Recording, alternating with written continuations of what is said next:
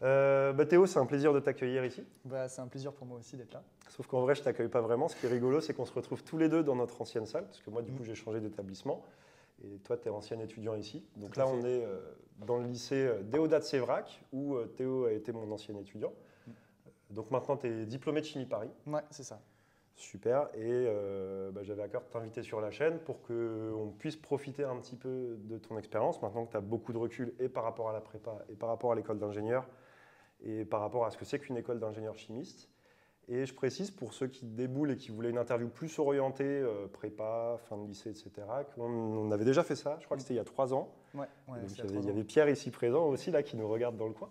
Et donc je vous mets les liens en description si vous souhaitez voir les interviews plus sur la prépa.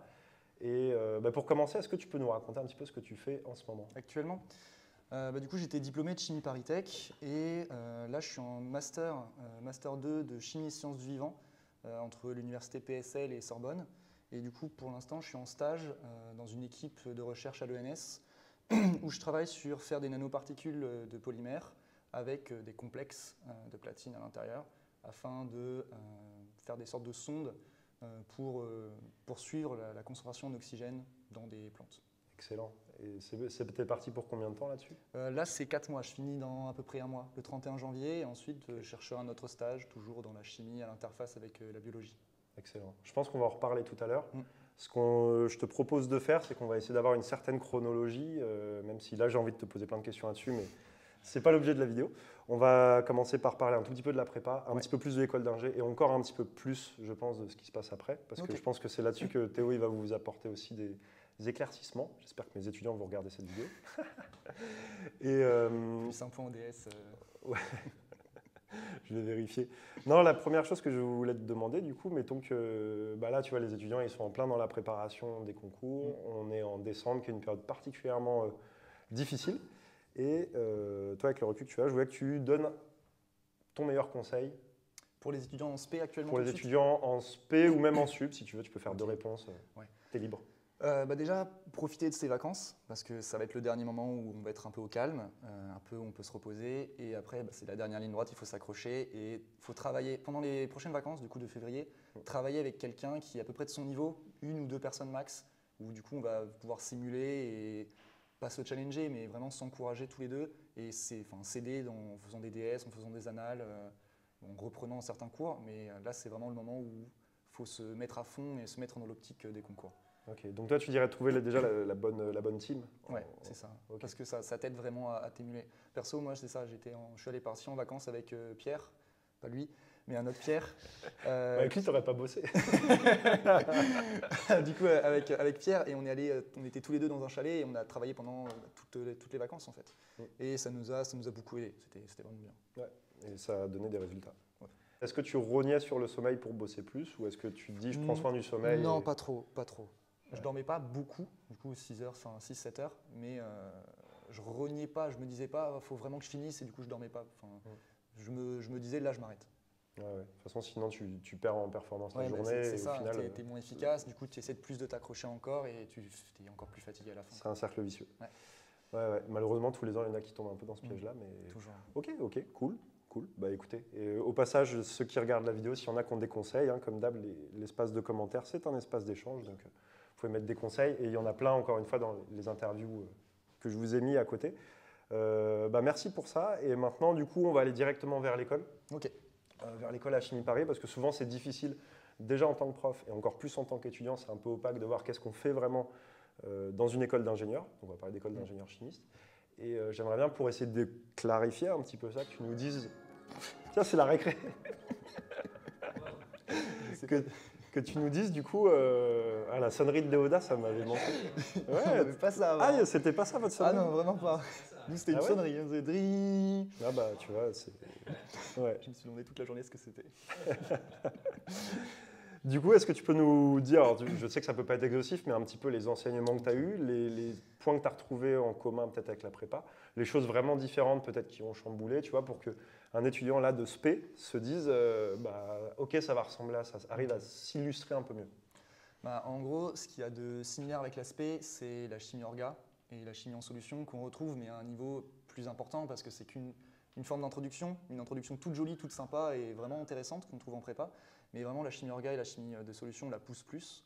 Il y a aussi des interactions entre physico-chimiques qu'on peut un peu retrouver en prépa, mais du coup qui sont à nouveau beaucoup plus poussées lors de la première année d'école d'ingé. Donc ça, c'est la partie un petit peu, tu retrouves les mêmes choses, mais tu approfondis. C'est ça, c'est ça. Aussi, il y a forcément des maths pour comprendre la physique quantique, pour comprendre la chimie quantique, qui du coup est beaucoup plus modélisée, alors qu'en prépa, c'est un peu du dessin. Tout à fait. Alors que là, on entre dans le vif du sujet avec des équations, les Hamiltoniens. Ça devient plus solide, plus complexe. Ça, c'est trop bien. Tout chimiste qui se respecte doit passer par là. C'est vrai, c'est vrai. Sinon, après, la chimie théorique, c'est autre chose encore. Mais en tout cas, un truc qui change vraiment, c'est la chimie du solide, qu'en prépa, il n'y a vraiment pas. Il y a un bout de cristallo, mais c'est clairement, c'est presque un jeu d'enfant. C'est une miette. Hein. C'est ça. Et c'est complètement différent. C'est vraiment un domaine de la chimie à part. Il y a vraiment tout un pan de la chimie qui est dédié à l'étude des matériaux et qu'on ne retrouve vraiment pas en prépa. Il y a pourtant beaucoup de travail, beaucoup de jobs dans cette filière.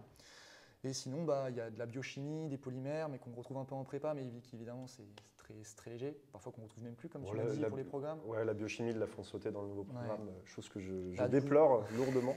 Moi aussi. Si un inspecteur regarde la vidéo, je rattrape ça tout de suite. Du coup, vraiment, là, il y a biochimie, physique, polymère. Et il y a risque chimique et génie chimique. Du coup, c'est mécaflux, réacteurs. Donc des vraies compétences d'ingénierie là, vraiment ingénierie, que nous on n'a pas du tout. Chimie industrielle un petit peu.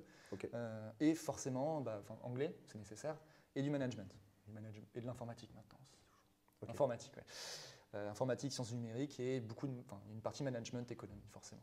Et ensuite, ça se diversifie dans les options selon ce qu'on choisit, mais ça c'est en deuxième année.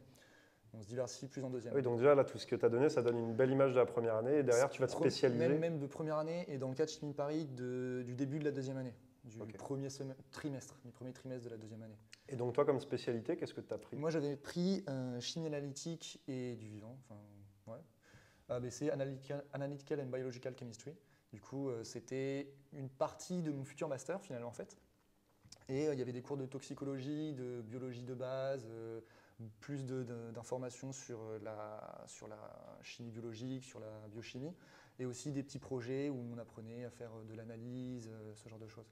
Et aussi en école d'ingé, c'est vrai, il y a beaucoup de projets qui s'étalent sur des plus longues périodes, en tout cas en école d'ingé chimie, où c'est des projets où tu vas travailler en groupe sur des problèmes posés par des entreprises, par des particuliers ou des profs.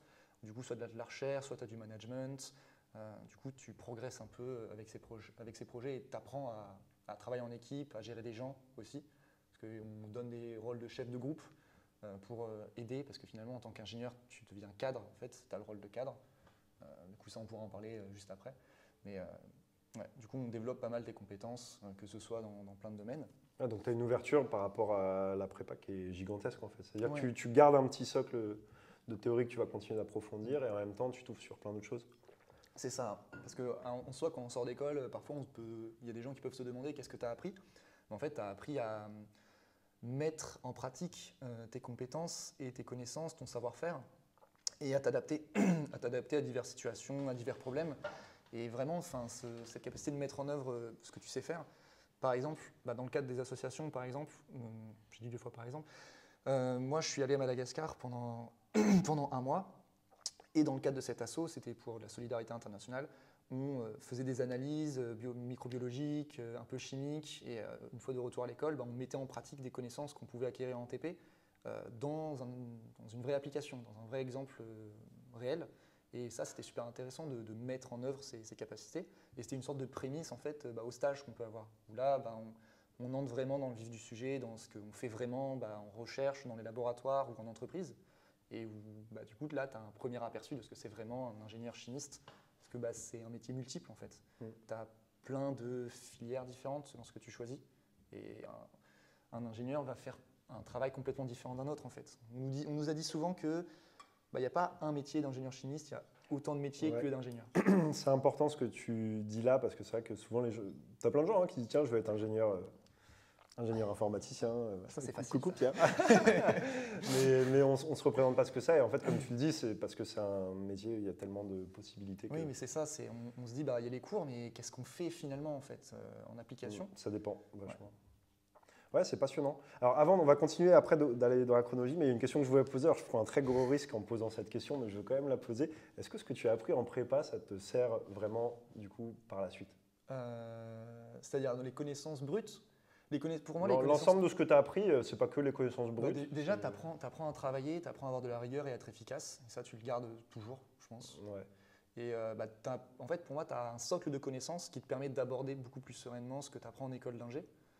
Ça donne un gros avantage, surtout en maths, par exemple, pour l'école d'ingé. Ouais. Mais après, oui, parce qu'en prépa, tu as des petits réflexes de base. Je ne vais pas forcément citer, parce que là, c'est spécifique à mon cas, mais tu as des petits réflexes de base, des petites équations qui reviennent un peu tout le temps, et là, que tu peux les retrouver facilement avec le cursus, avec le background de prépa. Donc pour toi, les deux s'emboîtent logiquement. Ouais. Ok. C'est aussi surtout vraiment un socle sur lequel tu peux, on va faire une métaphore, tu peux faire fleurir tes nouvelles connaissances que tu acquiers en fait à chaque nouveau job, à chaque nouveau stage, chaque nouveau sujet en fait. Génial. Très bien. Bon, ça va, je ne me suis pas fait démonter du coup. Et du coup, alors maintenant, j'aimerais bien qu'on passe à l'articulation d'après. Ouais. Alors je sais qu'on va un petit peu vite, mais c'est qu'on ne veut pas que l'interview dure 3 quarts d'heure parce qu'on pourrait parler très longtemps. Mais on a compris, ok, un petit peu pour cette structure dans l'école d'ingénieur. Et maintenant, justement, ça serait de revenir, toi, déjà à ce que tu fais en ce moment, pour commencer. Et ensuite, essayer de prendre du recul, essayer de comprendre, même si, encore une fois, tu l'as dit, il y a autant d'ingénieurs possibles que de personnes ingénieurs, mais d'essayer de comprendre c'est quoi ingénieur chimiste, en fait. De se représenter c'est quoi ingénieur chimiste. Même si je sais que ma question, elle est impossible, mais on va essayer, si tu veux bien. En repartant de ce que je fais, du coup, je travaille dans un laboratoire en recherche publique à l'ENS. Du coup, c'est plus la partie chercheur. Enfin, tu peux être soit chercheur, soit ingénieur, selon ton parcours, selon ce que tu fais. Il peut s'apparenter un peu à celui d'ingénieur en recherche et développement. C'est un peu ce qu'on s'imagine de l'ingénieur qui va faire du travail à la paillasse. Et en fait, dans les faits, tu as un sujet, tu cherches à te documenter dessus via des articles, via des revues, via les connaissances de tes pairs ou des séminaires. T'apprends. Tu discutes avec les gens qui étaient déjà là avant. Et tu vois qu'est-ce que tu pourrais faire comme protocole pour arriver à ton objectif. Si c'est synthétiser un certain type de molécule, en purifier une autre, analyser tel complexe. Et du coup, tu vas monter ton protocole, tu vas faire tes expériences. Et une fois que tu as tes résultats, tu vas les analyser, réfléchir, est-ce que c'est normal d'avoir ça, comparer à ce qui existe déjà dans la biblio, dans les publis. Et ensuite, tu vas adapter ton protocole pour avoir quelque chose de mieux, ou essayer de partir trouver une autre idée parce que là ça n'a pas marché, trouver pourquoi ça n'a pas marché. Et ensuite tu recommences le cycle, du coup tu recommences tes manipulations, tes expérimentations pour avoir ton résultat, atteindre ton objectif. Ça c'est le truc qu'on peut s'imaginer le plus facilement parce que c'est ce que les élèves ils font en TP. Mais c'est un TP du coup à plus grande échelle, beaucoup plus grande échelle. C'est comme un TIPE géant. Ouais, c'est ça. Mais du coup ça prend tout ton temps. Oui. Ouais. C'est pas vraiment le cas du. Donc c'est pas possible. Non, ouais. Mais sinon après, il y a en ingénieur qui travaille dans le privé, il y a beaucoup de possibilités différentes. Tu vas avoir des ingénieurs HSE. Donc là, pour synthétiser, ce que tu racontais, c'était ingénieur en RD, recherche et développement. Recherche et développement. Recherche et développement ou chercheur dans l'académique, le public.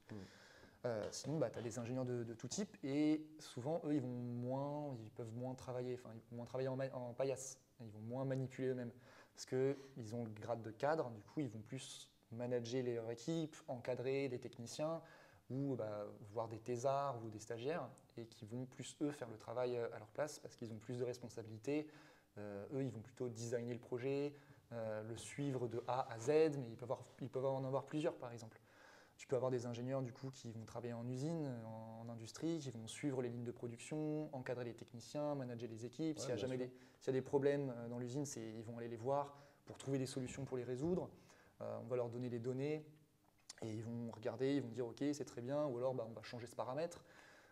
Évidemment avec des discussions avec d'autres. Ok, et donc là c'est bien parce que tu nous as donné un peu deux caricatures. Il y a l'ingénieur chimiste et l'ingénieur chimiste. Et tu vois, celui qui est beaucoup à la paillasse, celui qui est moins à la paillasse, et là je trouve qu'avec tes explications on comprend mieux le pourquoi. Et évidemment j'imagine qu'il y a tous les cas intermédiaires, forcément, toutes les possibilités intermédiaires. Généralement plus tu montes en grade, moins tu vas avoir le temps de maniper, mais tu as toujours des gens qui vont en trouver, qui vont vouloir toujours revenir à la paillasse parce que c'est ça qu'ils aiment et c'est pour ça qu'ils ont fait de la chimie. Mais après, ils ont des responsabilités à assumer aussi. C'est la question un peu que j'avais envie de te poser, c'est du coup, est-ce que tu vois, pour quelqu'un là qui regarde et qui se dit, ah bah je veux faire une école d'ingénieur chimiste et derrière, voilà, enfin, de faire une belle carrière, mais j'ai vachement envie d'être à la paillasse et de manipuler tout le temps, est-ce que cette personne-là doit craindre d'être petit à petit éloignée de la paillasse? Après, ça va dépendre de sa volonté aussi, parce que quand elle va grandir, peut-être qu'elle va avoir des aspirations différentes. Et on sait ce qu'on nous racontait beaucoup, ce que les anciens nous ont raconté, j'ai rencontré pas mal d'anciens élèves, bah, ça change tout le temps en fait. Le métier d'ingénieur, tu restes très très rarement dans la même entreprise et du coup, à part si tu veux vraiment monter les échelons, tu vas souvent changer de boîte, du coup tu vas avoir une nouvelle mission, un nouveau sujet, parfois complètement différent de ce que tu avais avant. Et du coup, si tu veux avoir toujours travaillé à la paillasse, tu peux pas volter, mais aller de boîte en boîte au fur et à mesure de ce que ton projet te dicte, de ton projet professionnel et de comment tu as envie d'avancer dans ton parcours. Si tu as envie de rester, tu fais ton travail. Lorsque tu as terminé ton travail, tu peux essayer de postuler ailleurs. Voilà, tu peux avancer comme ça et continuer dans cette voie. Tu aurais tendance à dire que du coup, la bonne stratégie, c'est dans ce cas-là, précis qu'on a dit, c'est de ne pas forcément rester dans la même boîte tout le temps. Oui, c'est ça. Vraiment, d'aller mettre tes compétences au service d'une autre entreprise. C'est ce qu'on nous disait, c'est selon ton projet et ce que tu as envie de faire dans ton parcours, tu vas changer d'entreprise relativement souvent, tous les 3 ans, tous les 5 ans. Tu vas arriver dans une nouvelle boîte, avoir un nouveau sujet, une nouvelle mission, le développer. Puis à un moment, quand tu auras envie de faire quelque chose d'autre, tu vas chercher ailleurs. Et ça, apparemment, ça arrive vraiment souvent. Et nous, on ne s'y attendait pas du tout. Non, mais c'est vrai que je suis un peu. Là, j'apprends ce que tu me dis. On avait beaucoup de tables rondes avec des anciens élèves qui nous ont expliqué leur parcours. Même, j'ai rencontré une ancienne élève dans un train parce que j'avais un pull de l'école. Du coup, elle était derrière moi. On a discuté pendant 2 heures. Son parcours, vraiment, c'était impressionnant. Elle a fait un truc là, puis ensuite, elle a changé. Et finalement, ce qu'elle fait, c'est complètement différent de ce qu'elle étudie à l'école. Du coup, il ne faut pas avoir aussi peur d'être enfermé dans un carcan à cause de ton choix d'option, par exemple. Oui, ok. Oui, c'est-à-dire que tu pourras quand même aller butiner après sans trop de problèmes. Et c'est ce qu'on nous dit aussi par rapport à la thèse, parce que maintenant, le diplôme d'ingénieur il est hyper bien reconnu en France. Même il est beaucoup plus reconnu que des masters, même à compétences égales. Mais dans le monde, à l'international, il n'y a pas trop d'écoles d'ingé. Du coup, c'est le doctorat qui prime. D'accord. Souvent, on nous demande, dans certains domaines, typiquement en chimie appliquée à la bio, voire en chimie orga tout court, on nous demande d'avoir un doctorat pour certains postes en entreprise qui sont réservés vraiment à des gens qui ont un doctorat, même s'ils viennent d'école d'ingé. Du coup, c'est ce qu'on m'a dit, c'est le sujet du doctorat ne délimite pas ta carrière. Tu peux tout à fait faire quelque chose de différent de ce que tu as fait pendant ta thèse, alors que, je sais pas, si tu as fait un sujet typiquement synthèse orga, tu peux t'orienter plus tard éventuellement dans les polymères et tu as acquis des compétences en polymères. Du coup, tu vas en dépolymérisation, puis ensuite tu vas manager une équipe plus tard. Du coup, tu évolues. Et tes compétences aussi. Super. Écoute, on va boucler la boucle en revenant à toi maintenant, si tu veux bien, parce que c'est cool. Déjà, merci pour la prise de recul que tu donnes, je trouve ça génial. Et je veux bien qu'on finisse du coup sur ton expérience personnelle future. Donc là, c'est de la projection. Mais toi, là, on peut repartir d'où tu en es aujourd'hui et sur quoi tu te projettes, une thèse. Ouais, du coup, j'ai fait ma scolarité à Chimie Paris, mes 3 ans. La 3e année, j'ai fait un master chimie sciences du vivant, co-crédité Sorbonne, PSL. Et là, je le poursuis en faisant des stages. Du coup, l'objectif, ce serait de faire une thèse dans la chimie, à l'interface avec la biologie, avec des applications médicales dans l'idéal. Parce que c'est très important aujourd'hui et c'est des sujets qui me passionnent en fait. La chimie, comment la chimie va faire fonctionner le vivant et comment est-ce qu'on peut aider le vivant avec la chimie. Du coup, j'aimerais faire une thèse. L'objectif, ce serait à Toulouse. C'est bien. C'est bien Toulouse. C'est bien Toulouse. Du coup, je vais commencer à chercher les sujets. C'est pour des raisons perso, hein, parce qu'ils ne se disent pas, faut absolument faire une thèse à Toulouse. Non. Ouais. Mais bon, ça c'est pas leur affaire. Oui. Mais du coup, on va commencer à chercher parce que les sujets, ça tombe à partir de février-mars. Voilà, il faut que je trouve un 2e stage, mais ça va le faire ça aussi. Du coup, après thèse et après on verra. Je pense que je m'orienterai plus dans le privé. Parce que la recherche publique a des problèmes qui s'appellent l'argent. Ah bon? Je ne savais pas. C'est pas spécialement leur faute, mais... C'est une problématique complexe qui pourrait faire une vidéo entière avec ça, je pense. Sûr. Mais je comprends le... C'est sûr que quand tu n'as pas de sous, tu ne peux pas faire grand-chose. Ouais, c'est ça qui est compliqué. Ça, évidemment, on est d'accord. Ok. Donc projection sur une thèse et au-delà, c'est difficile de voir plus loin après, ça peut dépendre de trop de choses. Ouais, ça dure 3 ans quand même. Ouais. Tout à fait. Ça dure aussi longtemps que l'école. Génial. Bon, tu es Ouais. toujours aussi passionné du coup. Oui, j'aime bien. Franchement, à chaque fois que je découvre un nouveau truc, j'aime bien. Chaque fois que je découvre un nouveau truc, ça m'intéresse beaucoup. J'aime bien, J'aime c'est pas bien, c'est pas mal. Non, quand je découvre un nouveau un nouveau pan de différents sujets ou de la chimie, ça m'intéresse beaucoup. Et surtout, là, en fait, la pluridisciplinarité. Enfin, quand on combine la chimie avec une partie de chimie des matériaux, comme des polymères, la biologie, c'est là où il y a des nouvelles découvertes qui se font. Moi, c'est ce que j'aime beaucoup avec la chimie, c'est qu'il y a des interfaces avec plein d'autres choses ouais. et on peut. Ouais. Et ça, c'est vraiment top parce que du coup, tu peux aller t'enrichir un peu partout. Mm. Et, moi, en tout cas, ça me fait vachement plaisir de voir que tu es toujours autant pris par la passion, ouais, et c'est génial et c'est ce que je vous souhaite à tous parce qu'on a de la chance. Enfin voilà, moi j'ai eu la même chance que Théo en faisant des études différentes, mais j'étais passionné par mes études, je suis passionné par mon métier aujourd'hui, je peux souhaiter que la même chose à mes étudiants et aux autres, quoi. On a beaucoup de chance et c'est vraiment confortable quand tu trouves ta voie comme ça, que du coup, on bosse à fond, mais quand tu aimes ce que tu fais, ça c'est le mieux. fait, quoi. C'est beaucoup plus agréable. Ouais, c'est top. Bon, merci pour l'interview. Pas de souci, un plaisir. Est-ce qu'il y a quelque chose que tu souhaites ajouter? En vrai, pas spécialement. Je pense qu'on a bien fait le tour. On a bien fait le tour. Ouais. Bon, génial. Et Ouais, bon courage. Accrochez-vous pour les concours. voilà, bon courage à tous ceux qui préparent des concours, des Ne examens. partez pas aux mines à l'épreuve de français. Ne partez pas. N'abandonnez pas. C'était un coup bas, ça. Bon, seuls certains comprendront, mais ouais, ok. Écoutez, n'hésitez pas si vous avez des questions en commentaire. Est-ce qu'éventuellement tu viendras voir sur la vidéo bien pour sûr. répondre donc vous pouvez poser des questions directement à Théo. Vous les mettez en commentaire de la vidéo et puis on passera à lire, répondre. Voilà, on espère que ça vous a plu. On vous souhaite de joyeuses fêtes de fin d'année, bonne année, tout ça. Et puis À bientôt au tableau. à bientôt au tableau. Trop content d'avoir fait ça à la fin.